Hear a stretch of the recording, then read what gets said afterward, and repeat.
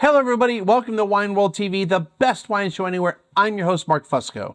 Before we get started, make sure you're smashing that like button and subscribing to the channel. Every like and subscription helps build the channel. Even better, spread the word to your friends about the best wine show anywhere. Continuing with more Davis Bynum, like last time, this wine is a free sample and I have free range to review it however I wish. I won't go through the detailed history. If you want to check that out, then watch last episode. The short version is Davis Bynum is an iconic winery and winemaker. He was the first to create a single vineyard designate Russian River Pinot Noir, before there was even an AVA, starting with the 1973 vintage. He eventually sold the winery in 2010 to Rodney Strong. Today we're doing the 2022 Pinot Noir. Unlike last time, this is not a single vineyard wine. They don't specify what vineyards are the source for the fruit. It's possible it's a combination of their estate River West Vineyard and Dutton Ranch, who they source single vineyard fruit from, or they are sourcing from other high quality vineyards throughout the Russian River Valley. By the way, the links for the show are the same as last week's, so you can do all the deep diving you want, especially if you didn't watch, not last week, last time. You can do all the deep diving that you want. Let's get to the stats for this wine. The 2022 Davis Bynum Russian River Valley Pinot Noir. Suggested retail price, $45. From California, Russian River Valley in Sonoma County. 100% Pinot Noir. Clones used are 115, 667, 777, Pomard, and Wente. Hand and machine picked August 16th through September 10th, 2022. Aging 15 months in French and European oak barrels. ABV 14.5%, pH 3.64, acidity 5.4 grams per liter. No information on how much, if any, of the barrels are new. I'll assume that they are all neutral based on what I've seen on other tech sheets on the website. And yeah, let's get into the wine.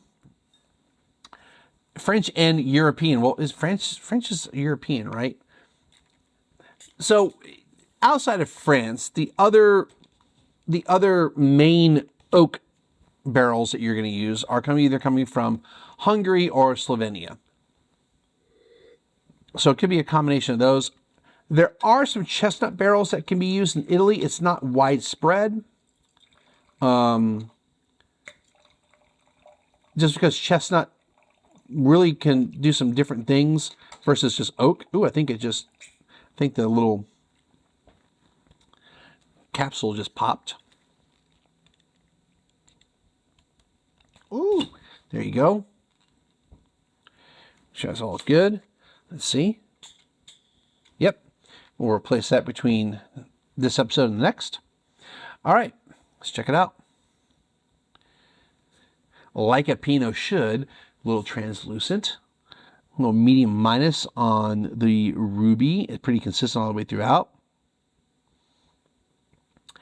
And virtually no staining on the glass. So, liking that so far.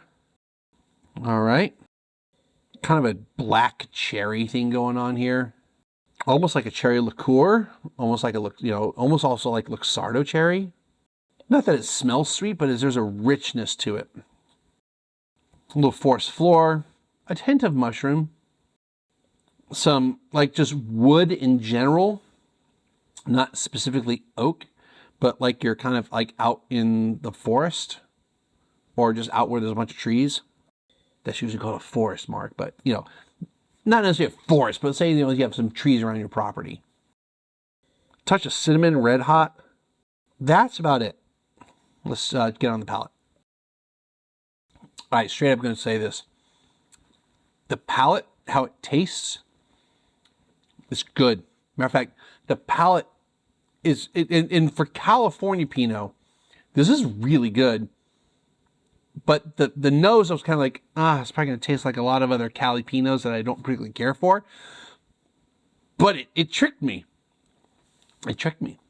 All right, so definitely lots of fruit on it. I wouldn't call it jammy fruit forward, but it's got a good amount of fruit. It's got more of a regular cherry. The word Bing cherry comes to mind. Can I pick out a Bing cherry in a lineup of cherries? Probably not. But there's a brightness to the cherry rather than like a darker cherry. Luxardo isn't necessarily dark, but the first thing I got on the nose was more of a darker cherry. This is more brighter, maybe more like Luxardo, but not like sugary sweet syrupy, right? Just like with flavor, it's very rich, very intense, ripe, not sweet, not sugary, not jammy, not syrupy. Touch of vanilla going on here, a little bit of cherry pie, which is what you should be getting, kind of. Very smooth.